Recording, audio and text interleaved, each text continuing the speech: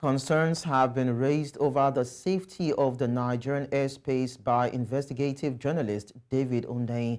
On his X handle on Friday, Hundeyin said that Nigeria has had no primary radar coverage in its airspace since 2021. And this, he said, means that when an aircraft in Nigeria's airspace turns off its transponder, like any aircraft smuggling guns, drugs, or conflict minerals would do, Nigerian air traffic controllers have no way of identifying the aircraft. He cited a memo from the Nigerian Civil Aviation Authority warning aircraft operators over a recent incident where an unauthorized aircraft strayed into restricted areas in the airspace above the presidential villa in Nigeria's capital, Abuja. And joining us on the news to take a deeper bite into the story is the journalist David Hundeyin. David, it's nice to have you join us on the news. Thank you for having me. So let's begin with the main thrust of your post, which actually traced the historical developmental pattern of Nigeria and DR Congo to the same foundation that is getting independent on a platter. Of course, I'd like to find out what you mean in terms of this. Of course, I need your clarification on it. So the crux of what I was trying to communicate was that in my opinion, the most significant reason behind the continued systemic dysfunction in both countries is that the foundation that both countries had in terms of the independence that they got was not an independence that was actually won through some sort of broad-based struggle, but was actually sort of negotiated with the elites of those countries, and that the elites being the petty, immature people that they are, who are unable to work together, who are unable to share power, who are unable to see the bigger picture, shortly devolved into petty ethnic squabbling and fighting with each other, which led to military dictatorship and ultimately the destruction of both economies. And I drew a parallel between both countries, that there's a very striking parallel between the paths that the DRC and Nigeria have taken since their supposed independence in the both in the year 1960. Now, where this aviation memo that you referenced came into the conversation was that I was making the point that in addition to all the other similarities that these countries have, they are also both global hotspots for illegal arms smuggling, weapons trafficking, for drug smuggling, and for conflict minerals trafficking. And to back up this assertion, I showed a circular that was sent by the Nigerian Civil Aviation Authority in April to all aircraft operators in Nigeria, where the NCAA basically said that they had received a notification from the Office of a National Security Advisor that an unidentified aircraft had been sighted in restricted airspace above the Aso Rock Presidential Villa.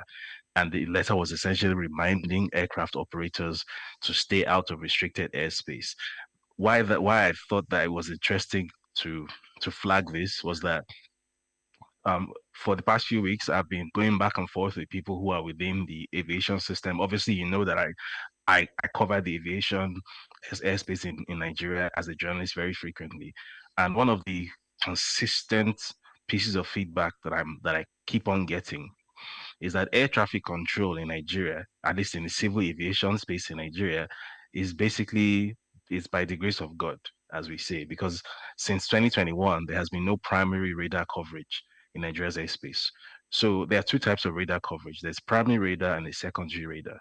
So basically, they're both supposed to work together. So what secondary radar gives you is just a general sense of positioning that an aircraft is there.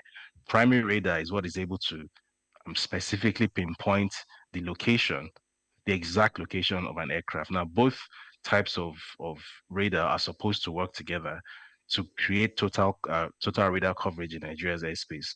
So, what primary radar gives you is the ability to pinpoint the location of an aircraft, Okay. even if it has turned off its transponder, right? And what I had been getting from my sources consistently over the past few weeks and that's not just from within the Civil Aviation Authority, that's within the Airports Authority as well, that's within the what's it called, Aerospace Management authority as well, NAMA, is that there is no primary radar coverage in Nigerian airspace. So basically, on a daily basis, you have dozens of aircraft flying through Nigeria's airspace, and the air traffic controllers keep on hailing this aircraft that please come in, and they don't know who it is. They But don't know David, who is flying through Nigerian airspace. but David, I'm just looking at a particular headline now, and that helps us understand where we are and where Nigeria should have been. And that has to do with a publication of April 7, 2023, saying that Nigeria received some air control equipment from Argentina. And when we have those kind of equipments that are meant to safeguard or moderate the operation of air traffic and ensure safety, and of course be able to prevent any sort of criminal activities that may be going on within their space, and we do not have those equipment on ground doing their job, the question we want to ask is that where are they? Would you say that they were deliberately taken out, not installed, not used? There's someone that's trying to sabotage the system deliberately. We may need to understand that too. So again, you would have to pose that question to the Director General of the Nigerian Aerospace Management Agency, NAMA, because as you have rightly said, the equipment is there. It exists. The budgetary provisions for these things have been made. So it's not an issue of the Nigerian government not investing in those things. The money is there and it has been paid. So the money is there, the equipment has been bought to a large extent, and yet the coverage is not there. So you then have to ask the question to NAMA that in whose interest is it for not only the primary radar coverage in Nigerian airspace to be down, which by the way is a large part of the reason why many transcontinental flights, especially coming from Southern Africa, instead of flying directly through Nigerian airspace, especially at night, they prefer to circumnavigate Nigeria. They prefer to go around Nigeria and pass through, Cameroon and Niger instead of passing through Nigerian airspace, which would be cheaper and more direct. The reason is that there is no primary radar coverage in Nigeria. So they're afraid that if there is an emergency or if they go down, they won't even be found, which is by the way, it has happened in Nigeria before where an aircraft went down and we didn't know where it was. This is a result of not having primary radar coverage. So you have to ask the MD, sorry, not the DG, the MD of the Nigerian Aerospace Management Agency, that why have these things not been put in place? And if the MD cannot give an answer to that question, then you then also have to ask the question that who is benefiting from a situation where aircraft can fly through Nigeria's airspace and we don't know who or what is on those aircraft. We can't do anything about it. We simply don't know. So in a situation where, for example, much of the audience may not know this. On paper, Nigeria has 19 functioning airports. In reality, if you add together Nigeria's airports and airstrips, including airstrips that most of us have never heard about, Nigeria has well over 50 places where an aircraft can land and take off from around the country.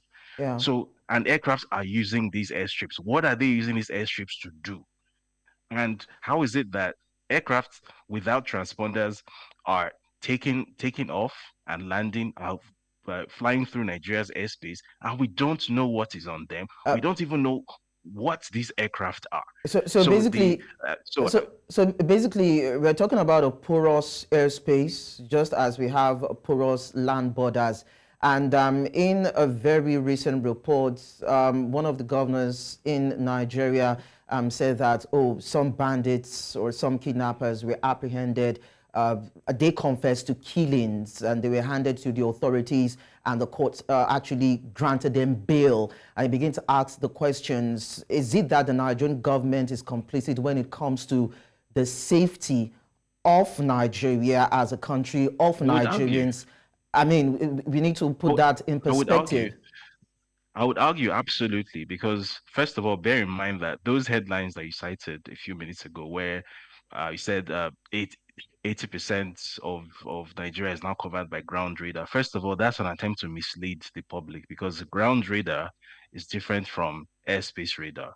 So that's an attempt to mislead the public into thinking that Nigeria's airspace is covered. That's ground radar. So already that's an attempt to insult the intelligence of the public and to create the idea that something that is not the case is the case. The purpose of ground radar is to monitor the position of airplanes on the ground, not airplanes in the air. So already from that point of view, you can see that someone in the government is trying to be clever by half. And then secondly, it's not just about the equipment and the systems in place, it's also even the people. So if you speak to people who work in the space, for example, the air traffic controllers, you may or may not know this, Nigerian air traffic controllers are the worst paid in the world, not in Africa, in the world. And I have the numbers to prove this here. So I don't know if you can see the numbers on this. So I went to the trouble of printing these numbers actually. So you can see the numbers for countries like Ghana. You can see the numbers for the ASECNA countries. That's the countries in French, West, and Central Africa. You can see the numbers for countries that are within the European aerospace zone. You can see the numbers for the US. You can see all this. And then you can see Nigeria, the equivalent of $322 a month for an air traffic controller. So I was speaking to an air traffic controller recently, and he said they have to do side hustles to survive. So an air traffic controller whose attention is supposed to be focused exclusively on keeping Nigeria's airspace safe, airspace that we all use, including you that I'm speaking to, this air traffic controller's attention is divided. He's selling clothes, he's doing drop shipping on WhatsApp, he's doing side hustles, he's selling real estate, selling cars, just putting together one or two things just to be able to pay their bills. An So, air traffic controller has to do that. so There's no way you can look at that situation and say that the government does not know that the Nigerian government is paying air traffic controllers 3 times less than what the Ghanaian government pays air traffic controllers. Is Ghana a wealthier country than Nigeria? Is Ghana in a better financial, economic situation to Nigeria? No, it is not. So that can only mean logically that someone within the government or that a group of people within the government are intentionally sabotaging the safety of Nigerian airspace, or at least the proper operation of the Nigerian Airspace Management Agency, which then begs the question, who are these people and what is their goal?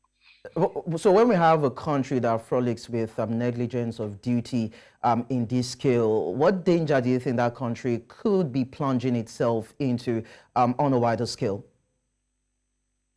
Well, for one thing, where you have the NCA sending out a circular that the Office of National Security Advisor is seeing unidentified aircraft flying above the presidential villa. First of all, the very implication of that, that there's an unidentified aircraft that is able to violate some of what should be the most restricted airspace in Nigeria. What that basically means is that Nigeria does not have any national security whatsoever. So if you recall, last year when there were noises of, for example, going to war with Niger. What that means is that if, for example, Nigeria were to go to war with Niger, especially now that Niger is now in a military partnership with the Russian military, if the Russian Air Force were to take any sort of interest into striking targets in Nigeria, it means that Nigeria's airspace is not protected, including what should be the most protected airspace, the seat of government, Oh. where the president himself is. So if that airspace is not restricted, that also means that the airspace around military installations too will not be restricted. That has already told me that if a civil, we don't even know whether it's civilian or it's military, an unknown aircraft can Oh. violate the airspace above the presidential villa, then that means that the airspace above, let's say, the Tactical Air Command in Makurdi, which is Nigeria's largest air force base, Oh. or the military base in Kachia, which is Nigeria's largest armory, or the Ikeja cantonment, or Dodan barracks, or Mogadishu barracks. These are all strategic military locations in Nigeria. That means anybody can fly and violate those airspaces and drop whatever they want to drop on them. So Nigeria has essentially no internal defenses, and it's there for the taking. And probably the only reason why we're not in total chaos right now is because we don't actually have any neighbors who are hostile or belligerent to us yet. But what it means is that everyone will be taking notes. Everyone around us will be taking notes, especially now that the world is heading toward a sort of conflict era where people are Yeah. going to start taking sides. It's like the 20th century all over again. There's going to come a time when we are going to have to come to terms with the reality that we are a country of 200 million people, 993,000 square kilometers, with no internal defenses. We're just there for the taking. Anyone can come and claim bits of our territory, and we can't do anything about it because some people have an interest in deliberately weakening the air defense or the air security of Nigeria because of whatever reason. Okay. Whatever reason it is, who knows whether it's with minerals trafficking, blood, conflict minerals, weapons, guns, drugs, whatever it is. Well, David, I tell you, this is a big issue that we cannot wish away, and we hope that the Nigerian government will be able to step up into sanitizing the country in all aspects to ensure that we are safe. David Hundeyin, journalist, thank you so much for your extensive Thank you for having me. contribution on the news.